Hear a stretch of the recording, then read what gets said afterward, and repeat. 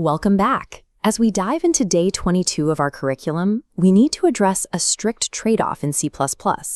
Static typing guarantees that our memory is safe, but it forces us into massive repetition when we need to apply the exact same logic across different data types. Let's look at this baseline function. This code simply adds two integers together. It is safe, clean, and does exactly what we tell it to.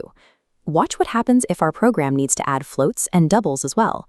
We have to write the exact same logic 3 separate times. The only changing variables are the data type declarations.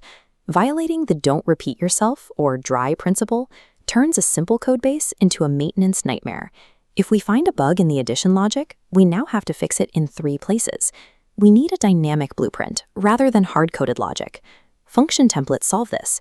T acts as a placeholder, letting us write logic once. Passing matching inputs lets the compiler automatically deduce and generate a specific version. With conflicting types, explicitly declaring the type in angle brackets overrides the compiler and safely automates logic. We apply templates to object-oriented programming by defining the template prefix above a rigid class and replacing its hard-coded integer with T.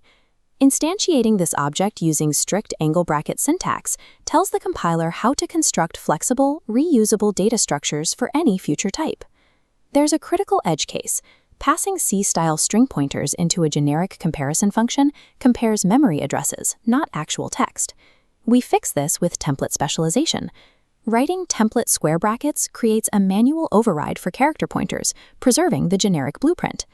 This visual cheat sheet shows function and class syntax side by side, both starting with the shared keyword to establish generic placeholders.